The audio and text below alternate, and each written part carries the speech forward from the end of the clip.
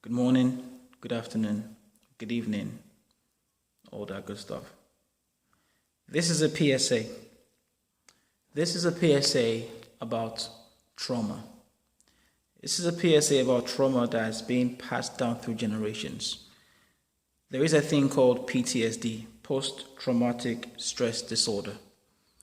PTSD is passed down in the DNA.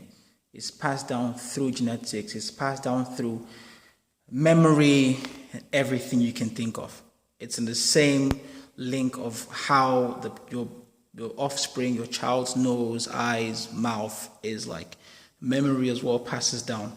It's a way that your family tree keeps itself alive. If one leaf is affected, your genetics create a kind of aversion in order for you to stay alive. It's how most humans today, they fear spiders. They don't know why, they don't know how. But if you dig and dig, you'd find out that someone in their genetic timeline, whether it's their grandfather, their great-grandfather, their great-grandmother, someone in their timeline, in their link, was poisoned by a spider or a snake. Same as a snake. Humans don't fear snake per se. They don't like snakes. They see snakes, they stay away from snakes. Because, if you realize it, many people have died from being bitten by snakes. I've said this before and I'll say it again. It's the same reason why, if you notice, all around the world, African children, black children, they fear dogs. Why do they fear dogs? It's because timeline.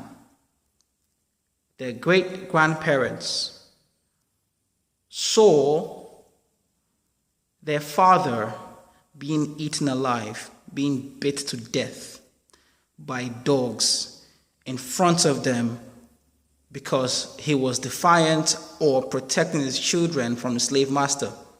Yep, I said it, slavery. And it's the same reason again why, if you notice, many and African black people around the world, they do not praise or support or follow the gay agenda. Now, there's nothing wrong with being gay. If you want to be gay, be gay. Gay all you want. That's you. But PTSD has been passed down for generations. What you don't realize is that the first times that many of the people in African genetic timeline, again, great-great-grandparents, saw anything gay, they saw the gay agenda in a very violent way. They saw it through rape. Your great-great-grandparents, when they were children, they saw their father being raped by the slave master in front of them. That's trauma. That is PTSD. That is going to sink down for generations. So when you get angry, upset, or you're worried about why many black people don't choose to be gay, it's because they have a genetic aversion to it. They don't hate being gay. No, if you're gay, you're gay. Awesome. We've all got gay friends, gay best friends. Cool. Be gay. Awesome. Be gay, be straight, be transgender, be whoever you want to be. Be the best you. Remember that. Be the best you possible. But what you don't do is you do not force people to be like you. No. Everybody is individual. What you want to do is you want to promote them to be the best them, not the best you. When you force a person to be just like you, it's called bullying. It's called dictatorship. You are forcing someone to be just like you, not realizing who they are for the individuals, not realizing what they've gone through. When you see a person and recognize their trauma they've gone through, but you go, yeah, get over it or ignore it, you are dehumanizing the person, and that's inherently being racist. If you don't know it, now you know. So when schools are suspending children because the children do not support the gay agenda. Now, they didn't say they hate the gay agenda. No one hates it. But when a school says, oh, because you don't support the gay agenda, we're going to suspend you, that's a problem. The teachers need to be studying PTSD. They need to understand PTSD in children. Black children are born with PTSD. They didn't choose PTSD. They're born with it. Understand that. Realize that. Recognize that.